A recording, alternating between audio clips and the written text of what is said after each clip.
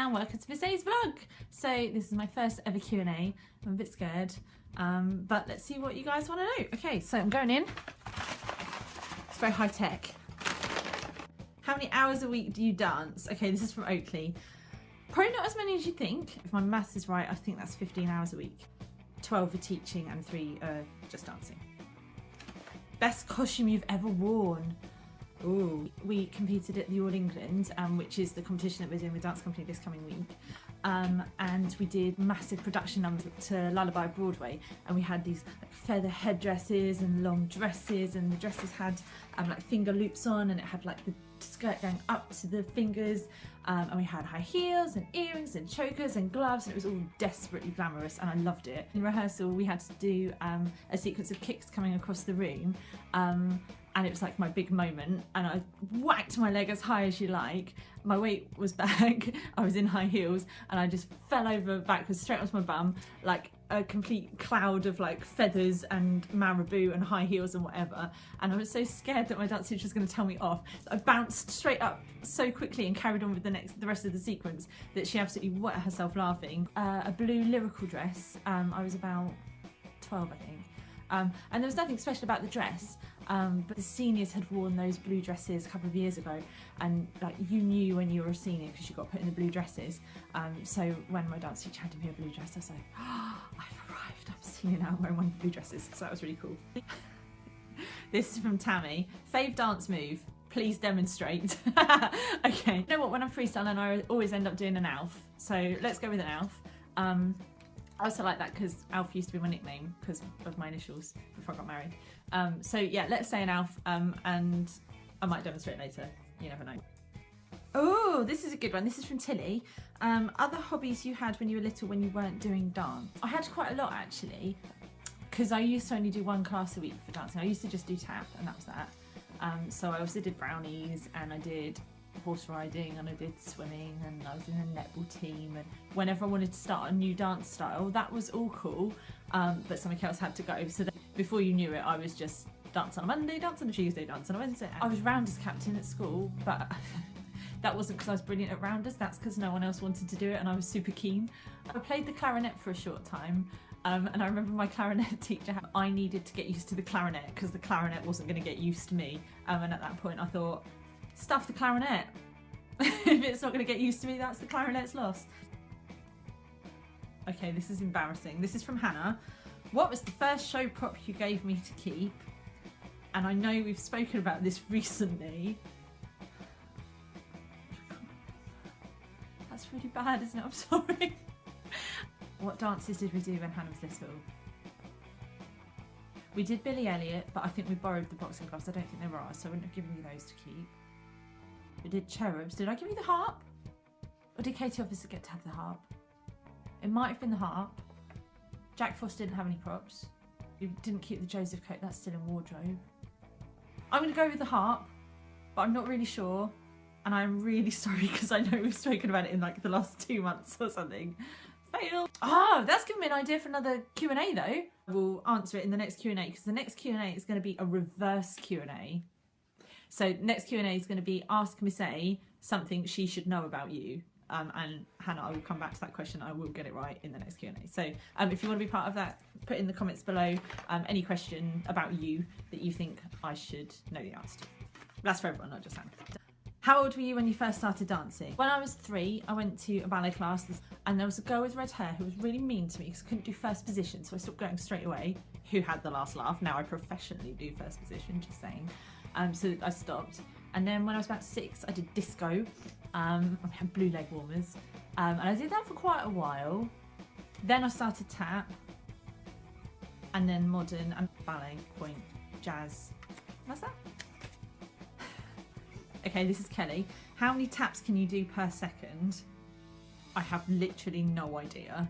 I don't know. But one of my tap teachers, Jo Scanlon, who runs Tap Attack, big shout out Jo, she taught me Italia Conti, and she is the Guinness World Record holder for the most amount of taps per second. So I don't know how many I can do. I know Jo can do loads and she taught me, so probably not as many as the Guinness World Record, but quite a lot. This is from Lulabelle. Who's your favourite YouTuber? Okay, Well, I'm going to answer this really carefully because a lot of the Dancewisers are YouTubers, and I love your channels for lots of different reasons, but I'm not going to pick any of you just because that would be fair. So I'm going to say Tyler Oakley. He's mad as a box player. He's like 100% him. He just does his thing, and he's making a difference in the world. So big shout out Tyler Oakley, and all the Dancewise YouTubers who are also fabulous. This is from Claire Campbell. Adult tap for the class prize. Just so everyone is aware, I cannot be bought for trophies. I can be negotiated with. And Claire, you already know the deal. You do the show. I'll nominate Adult Tap level 1, 2 for the class prize. Your favourite dance movie, not including Dirty Dancing. Why not including Dirty Dancing? That is my favourite, just saying. Well, I like Centre Stage. Really hot male dancer on a motorbike. What's not to love? That's really cool. Rocky Horror Show, super cool. It's not technically a dance movie, but it gets a nomination from me just because of Cameron Diaz dancing around, lip syncing to The Killers' Holiday. This is my favourite. I haven't watched it yet, but I got this for Mr. T in his Christmas stocking. It's White Nights, and it's got Mikhail Baryshnikov and Gregory Hines, amazing ballet dancer, amazing tap dancer, in one movie. So we need to watch that actually, because I reckon that's probably quite good. I also love all of the street dance movies from a point of view of the street dance, but they're all the same story, let's be honest. So generically love the street dance movies. My favourite's still Dirty Dancing, but if I had to pick another one, I'd say Centre Stage. Ooh! Vlog just got deep. This is from Olivia. What is it that picks you up again when you have gone through a tough time? Firstly, music, the funk. I don't think you can listen to funk and not get cheered up by it. It's really happy music. Being with the right kind of friends, positive and passionate.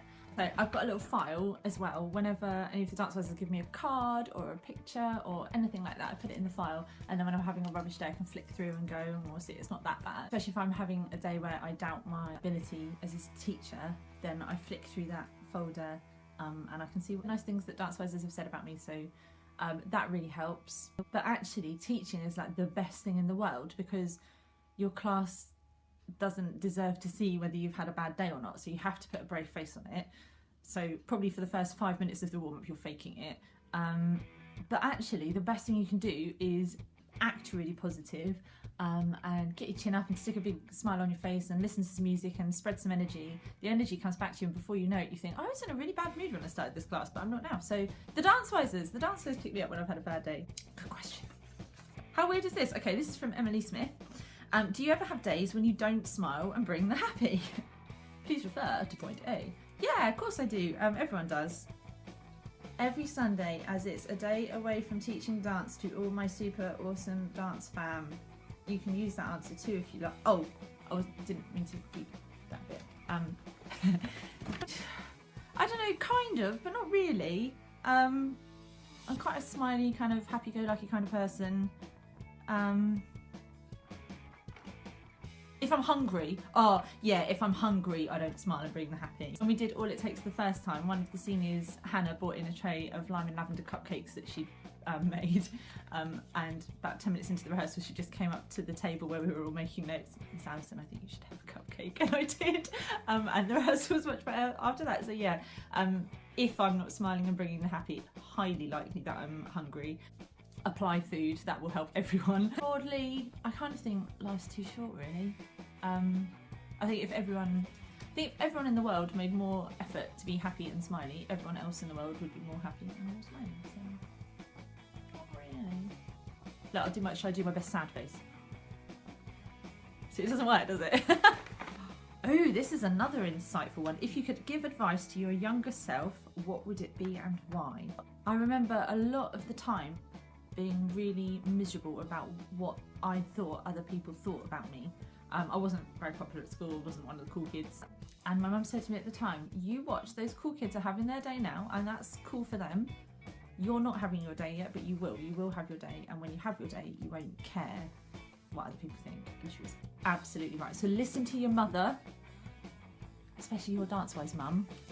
Listen to her, she definitely knows. So yeah, to care less what people think, because the people who didn't make my life very easy at school, their opinion was so important to me at the time, and now I think it really doesn't matter. I would tell myself that you'll only hire people you like, so you will never have to work with people you don't like. And even your customers, you're going to build a culture that's 100% based on passion and positivity. So people that aren't positive probably won't sign up to your studios because they won't like it. And if they do sign up and they're not very positive, you'll either make them positive or give them a list of suggestions of other places they can dance. A couple of years from now, you'll only be working with people that you really like being around. So don't worry about it. The other piece of advice I'd have given myself is to have been as tenacious then as I am now. I didn't learn to cartwheel until I was 25 years old. I learnt my first freeze when I was 32. I learnt my second freeze about 3 weeks ago. And I think all of those skills, if I'd have had the determination when I was a kid that I do now, God knows what I would have done. I think when I was younger, it was quite easy to think that things were impossible. Whereas now I think nothing's impossible. I might not know how to do it yet, but nothing's impossible. Care less what people think, be really determined, listen to your dance wise mum. This is Abby. Do you jump on the bed and dance when you wake up in the morning? Okay. Do I jump on the bed? No, but only because the ceiling above my bed is really low and I'd probably knock myself out. Do you dance when you wake up in the morning? Yeah, probably without realising it. As soon as there's music on, even if I'm driving, I've got like a little head freestyle going on. So yeah, definitely. I just probably don't notice doing it. So yeah. Oh, this is another good one. This is from Annalise. Favourite performing art and why?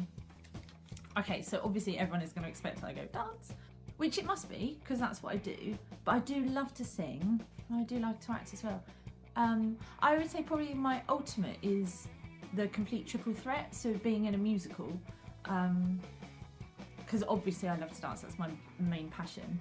But I think when you're singing, I feel like I connect more directly with the audience, that I'm literally telling them what I'm feeling. So yeah, I would say if I could do a triple threat and it's a musical, that would be the ideal. If I had to pick one, then I'd go for dancing. Okay, when you were a young girl, did you think, I'm going to be a dancer? Well, I wanted to be a journalist for a long time. I'm trying to think how old I was when I decided that I wanted to dance. Well, I remember having a conversation at school with a guy in my year and he wanted to be a professional footballer. And I remember him saying to me, but that's never going to happen. And I said to him, why not? I want to be a dancer. How is it any different? And that was, I think I was in year 11 then, and I was absolutely dead set by that point I was going to dance. I don't know, I'd guess maybe 12 or 13, something like that. And I always knew I wanted to teach as well. The plan was always go off and perform professionally first, which I did. But I always knew that I wanted to teach afterwards. So I think that must have been around the same time, 12, 13. So put in the comments below a question about you that you think I should know the answer to. And we'll do a reverse Q&A next.